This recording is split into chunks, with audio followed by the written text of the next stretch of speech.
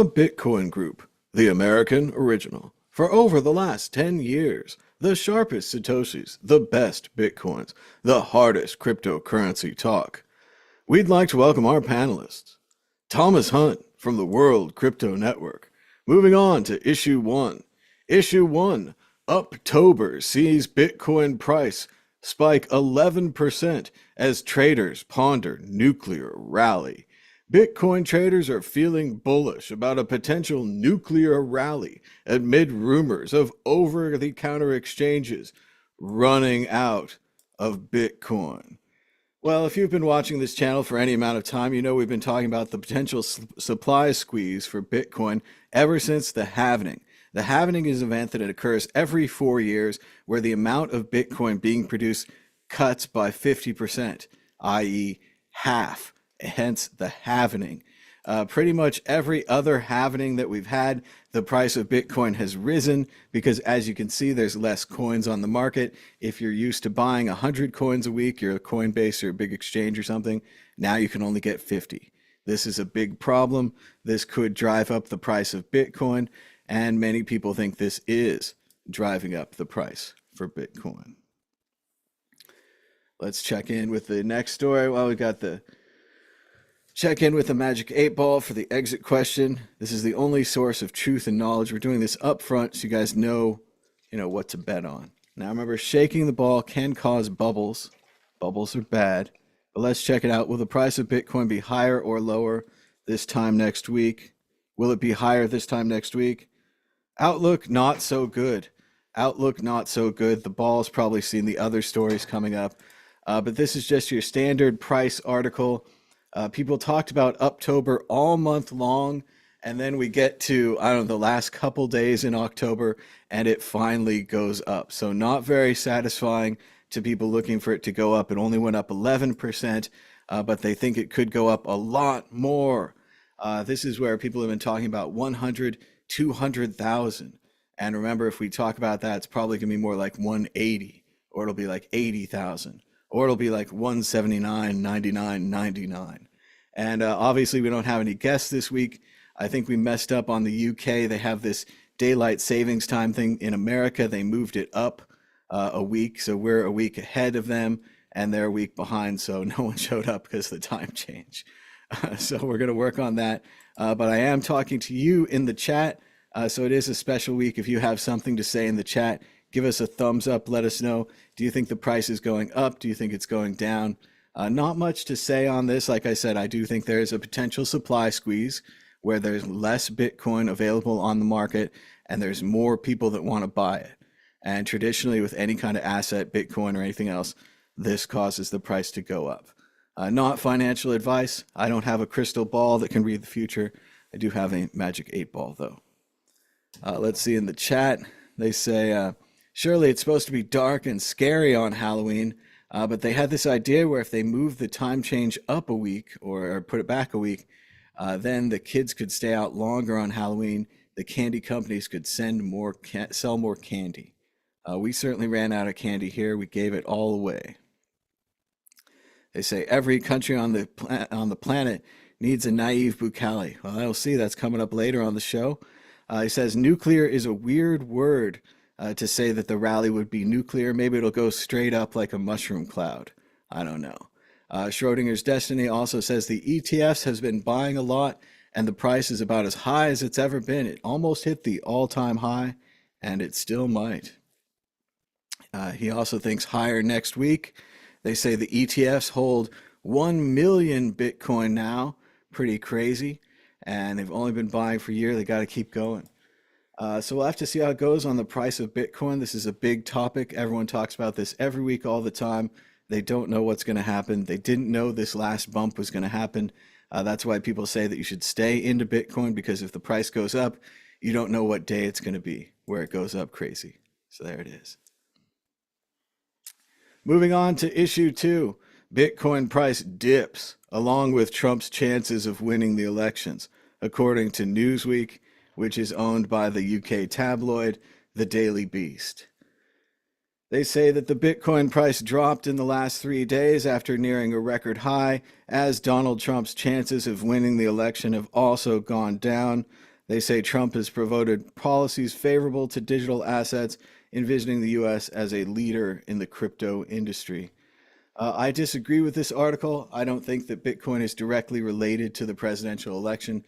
It's nice to believe this, but it's probably much more likely that Bitcoin's just riding the ups and downs of the usual Bitcoin trends, and that it went up because it wanted to go up and it went down because it wanted to go down. We always think that we are the ones controlling the things, and it's because we did the thing that it happens. But it's very similar to trying to predict a sports game or control a sports game. You're like, I wore my lucky hat, but the team didn't win. Just in this way, it doesn't matter if the election wears its lucky hat or not. It might change in the short term of people getting shaken out of Bitcoin. If there's people that have weak hands and they're like, oh, I've got to sell, the election's going to destroy it, or the election's going to be good for it, I have to buy. These kind of people are going to get wiped out in the chop as it goes up and down against your control without your wishes. So it is very interesting. More on the political issue. I think we're talking a little bit more on this later with the Polymarket issue. For now, I just think in general, yeah, we're not directly linked to the presidential election. It's a nice idea. It's similar to when they say we're directly linked to the stock market. Same thing. Ryan in the chat would like everyone to know that he has a cute new hairdo. Very cool. Moving on to issue 3. Businessman claiming to be Bitcoin creator Satoshi Nakamoto holds press conference in London.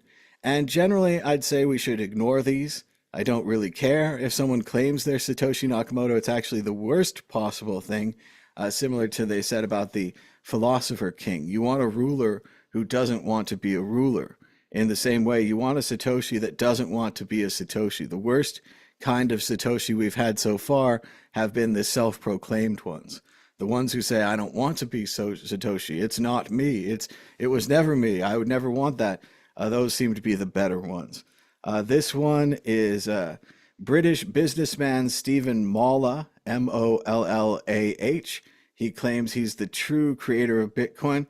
He's a bit of a character here, not to judge someone or a book by its cover, but a very interesting character, from the camouflage pants to the kind of grunge sweater or undercoat with an outer top coat, a long beard, and a turban. So very interesting character. The alleged new Satoshi also seems to be wearing some kind of athletic training shoes. They're bright yellow. He says he has a long backstory, has asked for the evidence. They were said that they charged about $500 an hour for the press to go to this press conference where he declared he's Satoshi. Once again, it's the same thing kind of as organized religion. There's, God always needs to see money. He always needs money. It's really strange that the Bitcoin creator would need money and would charge money for this. So it's very strange. We're going to check in with the chat. Schrodinger's Destiny says the real Satoshi would never admit to being Satoshi. And I agree with that. I don't think that we've seen him or her or them or it or whatever yet. And I'm in the camp, I hope we never do. I do like covering it. I do think it's an important issue. I think we should talk about it. You guys should know if this guy's out there claiming to be Satoshi. But I do think as a reasonable person, it's very unlikely that this person is Satoshi. It's very unlikely that most people are Satoshi. Ryan also said Craig Wright loves Halloween with all those pumpkin sales. There's also been some great photoshops where they put Craig Wright's face over Mr. Stephen Mollah's face and had some fun with this announcement, which is something we can do on the internet, at least for now. At least for now. Moving on to issue 4, a week of failing to pay with Bitcoin in El Salvador. Reason magazine went there recently and says the country claims to be a leader in crypto transactions, but you can't force people to take a currency they don't want. And this is one of the things we talked about on this show years ago when this all started. Bitcoin is not a top-down revolution. You can't just say to people, we're switching to Bitcoin now, you're gonna use it. It's a little difficult to use. It takes people who want to be into it. And as the price goes up and down, people that are also capable and accepting to be exposed at that. If you save up your sandwich money in Bitcoin, and you have 5 sandwiches, and at the end of the week you go to buy a sandwich and you only have one, it's a disaster for someone who only has sandwich money. There's also all the technology, the potential loss, the potential confusion. People just don't understand new technologies, and a new technology like Bitcoin is not any different. Naive Bukali really tried for his people. He tried with a large investment. He tried by kind of, requiring them to accept Bitcoin, having them to download the Chivo wallet, which is another bad idea because it was locally written software. It wasn't the best available software. It was the best local software available, and that puts you at a disadvantage. It's not over yet, as El Salvador is now up on their Bitcoin investment. So if they do need to or want to build more Bitcoin ATMs or build more point of sale systems or whatever seems to be missing, or maybe give the people more money in Bitcoin, I don't know what the solution is. But I do generally agree with Reason Magazine. You can't force people to take Bitcoin. You can't force them to use it, especially when they have other alternatives. When all the alternatives are gone, as in the recent, or not recent, but the episode of Mr. Robot, where they had nothing left, those people were using Bitcoin right away. In the same way, we've often talked on this show how in the apocalypse, what you'll want is small whiskey bottles and toilet paper rolls, because you can easily trade half of the roll or trade several small bottles. Whereas if you have a large whiskey bottle or a large amount of toilet paper, it could be a disaster. So in the same way with Bitcoin, it just might not make sense until it suddenly does. There's some chat going on. Remember, it's a good time to put in your chat. There is a bit of a delay, so I will have to kind of wait for the chats. But if you do put them through, we'll try to read them, and we'll try to discuss this week's episode and this week's issues with you. Schrodinger's Destiny says, it being legal means you don't have to calculate capital gains tax every time you spend it. It can't be really used as payment while you have to do that. I would agree with that. Bitcoin does need to be legal. It does generally need to fall under the rules of a commodity, something similar to gold, silver, or money, where you're trading it and you can trade in and out of it.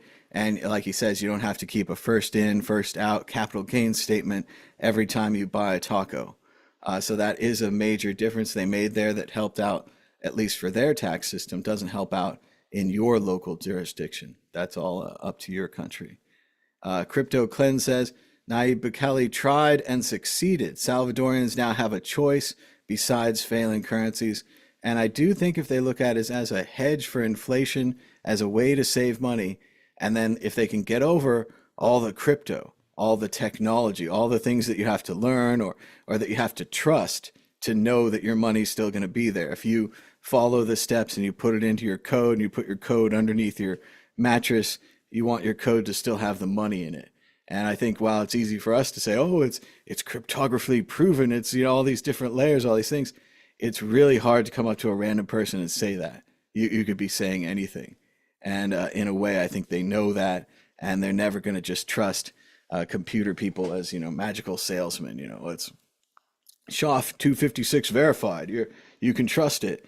But if somebody's looking over your shoulder when you write down your key, none of that matters. They stole your money. Or to even be worse, we used to have the old paper wallets with the JavaScript generator, and it would generate a random key, and you use a random key to store your Bitcoin.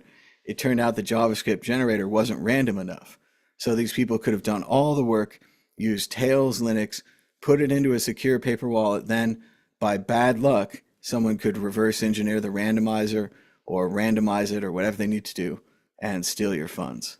So as long as that's a possibility, as long as there's all this technology in between it, I think people are going to have a hard time using Bitcoin as currency and as money. But it is exciting when a country tries a top-down experiment like this. We might have thought it wouldn't work, be sitting on the other side saying that it didn't work, but still, they made a ton of money. Maybe they can change things around for their country.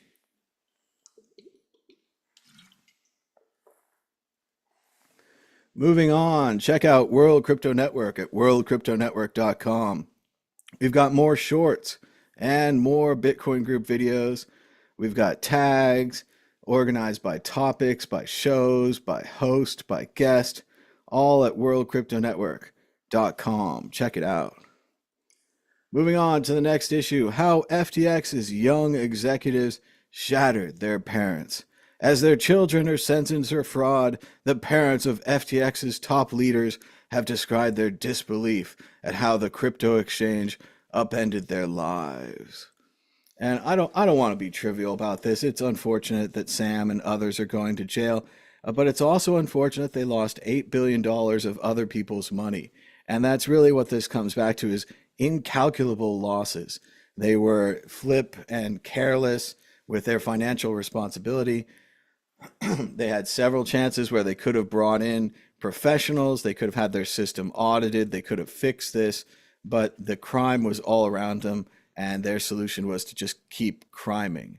I know it's shocking for their parents to see this and to see their future, gifted, smart, rich, brilliant children transformed, but the loss is unparalleled. The amount of loss that normal people have in FTX doesn't matter, as this letter talks about Sam's mother, how he's not like other people, and you can't underestimate him through normal behavior. They got into a scam, they kept scamming, they lost everybody's money. We've got some more on this story. This is a big update this week. FTX current CEO hints that Nishad Singh should remain free to assist the bankruptcy court. Then the next day, Nishad Singh, a top FTX executive, is given no prison time after cooperation. So it does benefit to Rat in this country, as unfortunate as it may be. However, you can understand from the Fed's perspective, he was probably incredibly useful at unwinding the mess that they had made over at FTX. They had no accounting system. They were using QuickBooks. They had no idea where their money was. At the end of the day, they had no idea how much money was on their tabs, on their books. Unbelievable situation, and that's probably why it justifies giving him no jail time. But that's about it for the FTX update. Just wanted to cover through this again, how, yes, it's shocking to these people, but so is the crime. Maybe the rich parents of these people should go meet with some of the people who lost their money. It is a little strange from our perspective. I do look, is there anyone in the audience right now that lost money on FTX or knows someone directly that lost money on FTX? If you could put that into the comments or into that chat. As crypto people, you'd think that, of course, we'd be affected by this giant exchange going down. But everyone I know uses Coinbase, or they use Kraken or Bittrex, or one of the more established Bitcoin and other cryptocurrency exchanges. No one used this FTX for us except for the Blockfolio app. And Blockfolio was just a better than using a calculator. What kind of, how much Bitcoin do I have? What's the current price? I'll multiply it. And instead of doing that, you could use Blockfolio, until Sam and one of his genius marketing people bought Blockfolio and used that as the basic kind of mailing list, if you will, for their app. They changed that into the FTX app, and then all of us were drawn in. We didn't have to create an account, but we had the option. What a brilliant marketing move. But yeah, if you lost money in FTX, you'd probably be furious at these rich parents saying, "What happened to our gifted children? What a disaster." Schrodinger's Destiny in the chat says he told his friends not to keep money on the exchange, but they don't listen. And one of his friends lost some money in FTX. So it is a real thing. As much as, you might not know anybody, or I don't know anybody directly, there are people affected by this. They also say Ivan on Tech lost some funds in the exchange as well. Tom Brady certainly lost some funds, although I don't know him personally. And Crypto Cleanse says he says you can't use Bittrex in the US anymore. It's not possible to do business in the US. They had some issues there, but they are working it out. Hopefully we'll give US customers more options on crypto soon. Moving on to the next issue, the worst of crypto is yet to come. No matter who wins in November, the digital asset market could be on the brink of a deregulation-fueled bonanza. This was a huge article in The Atlantic. The Atlantic is a great magazine that writes really long pieces, sometimes too long. I did read the whole of this article, and I can tell you one of the best parts that we'll skip to here for your benefit is at the end, where he says, as if to drive home the point of Bitcoin's indestructibility, 99 Bitcoins, friend of the show. Obituary tracker seems to have dropped off this year. The last entry is for April. I messaged the site owner to ask if he was still updating it. He didn't respond. And throughout the article, the author kind of goes back and forth talking about the right wing support for crypto, the left wing support for crypto, and comes to the conclusion together that they're both going to support crypto. That no matter what, and from his perspective, he's a negative anti crypto person. No matter what happens, crypto is going to get stronger and better. And we all know this too, because it's impossible to shut this thing down. They always talk, and they talk in this article as if there's a choice, as if we could say, well, let's not do the Bitcoin experiment. Let's not do the thousands of altcoins experiment. It can't be shut down unless you shut down the entire internet. And that can't happen. Unless you put gates up, stopping data from being sent through, you can't shut down Bitcoin. You can't shut down the other networks. You can make it harder for people to use them. You can make it harder for people to trade their Bitcoin for fiat, for existing money. But you can't shut that down either. As we've seen in the black market will rise up. People will trade their crypto like they traded their blue jeans in Soviet Russia, right? So this problem doesn't go away. So the idea that both Democrats and Republicans want to regulate it, want to bring it in-house where they can at least attempt to control it, makes sense.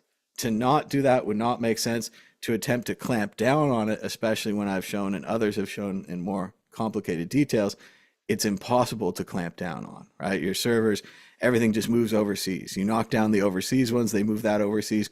You knock that down, they start sending Bitcoin transactions around in kitty posters, in JPEGs, in images. It can go pretty bad, but I think that the network can continue. And I think that there are people who are interested in making the network continue. So they'd have to take out all of those people and so on and so forth.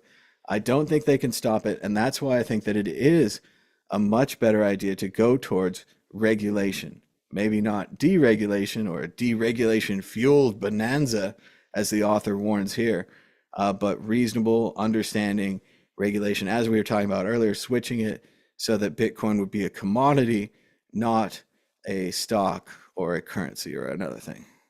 They also say in Schrodinger's cat in the chat, he says, if they write some actual rules, I'd call that regulation rather than deregulation. It would be useful to know if it's actually legal or not. And I agree. A lot of businessmen are just looking for some clarity on if it's legal, some clarity on how to use it. If you use it to buy something, it certainly shouldn't be taxed like a capital gains, especially considering how many things one could buy in a year. If you buy a coffee every year or every day of the year, that's 365 coffees that you have to pay capital gains tax on. That's incredibly unreasonable. I don't think that that's the goal of the law. Let's keep moving. Polymarket presidential election odds are rife with wash trading. According to the current Polymarket presidential election odds, Donald Trump is favored to win the election at 65.5%. I think it rose as high as 66%, with 33% for Harris before it started rolling back. I think it's already back to around 39%, so about a 60-40 choice there. They have said already that most of the money in Polymarket is coming from 4 accounts from France. Around $30 million from 4 accounts have been invested. And that's why the traditional view of prediction markets is going to fail here. A prediction market is good at predicting when people are betting with money that's important to them, money that matters, and they're making the correct choice based upon the goal of getting that money back. Once you have 4 accounts betting with $30 million, swamping the rest of the market, it's really about the judgment of those 4 accounts. And if those 4 accounts want to say, change the Polymarket odds so that they can say, Donald Trump is winning in the betting markets, therefore he should win the election, that's when we start to see the difference between a betting market where 4 accounts can control 30 million and an actual voting market where ideally each person controls 1 vote. It's a lot easier to sway 4 people for them to be wrong than for each person with their 1 vote. And traditionally in a prediction market, people betting with money that matters to them. When you start to have someone who presumably, if they're betting 30 million on Polymarket, they must have 100 million, 200 million, 300 million, who knows? they don't really care about losing that 30 million, as hard as that may be to understand or to believe.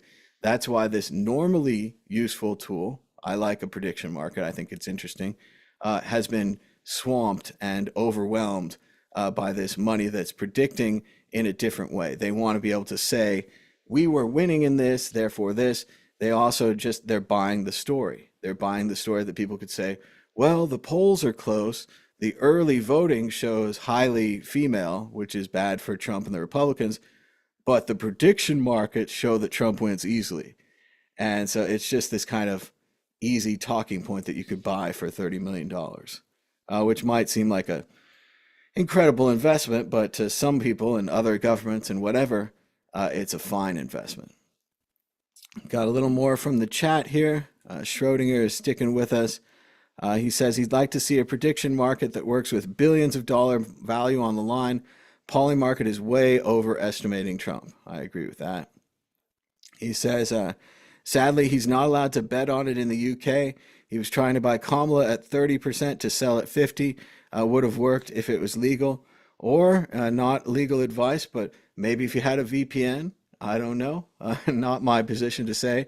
But it is very interesting that, as you're saying, if you bought Kamala, the odds at 30%, now it's back at 39%, you could sell. You don't have to wait for the election to see if you get 100%. You could take that 9%, or if you bought 33 and you told it to 39, 6% profit, you could take it right now. So the fluid market thing of a prediction market is very cool.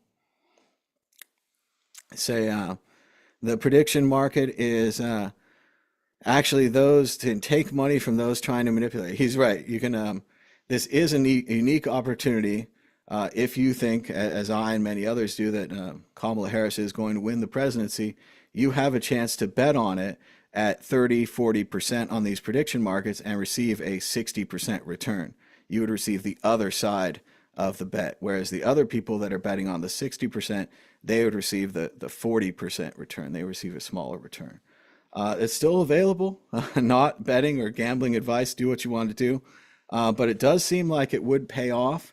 It seems like a legitimate election prediction poll where if I think 3 of the major newspapers or news networks declare a winner, that ends the bet, and then you would be paid. So it doesn't take into account the potential shenanigans and other problems that we could have.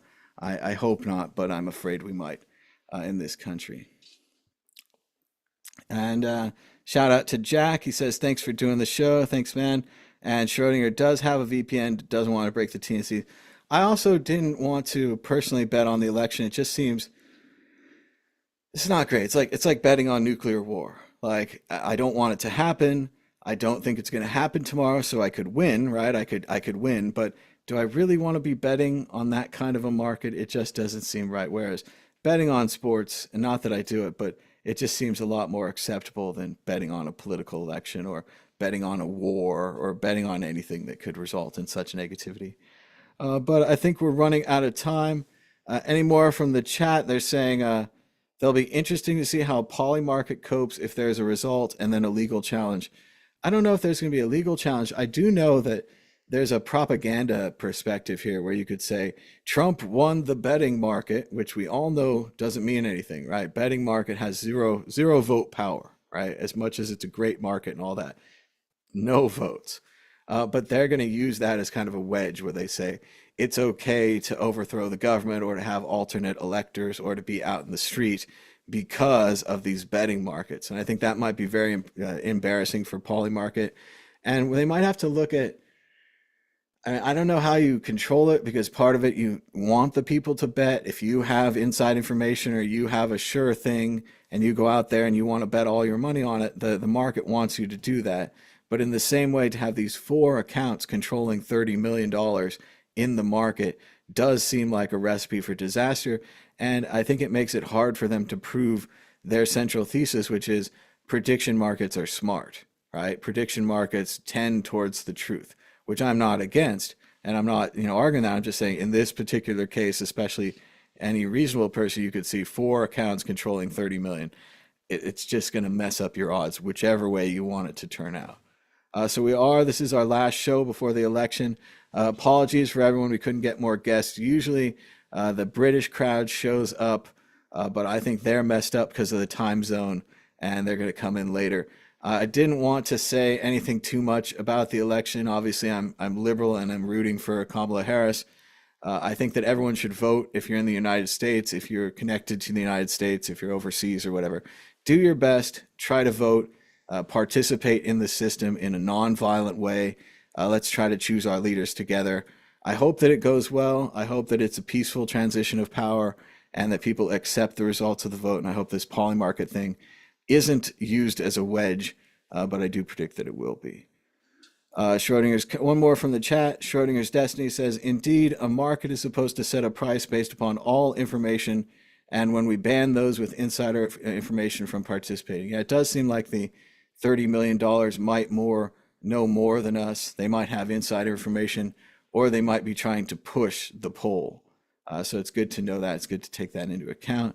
Thanks to everybody for watching. We've got 16 concurrent viewers and 4 likes. So it's not too late to push that like button below or leave us a comment.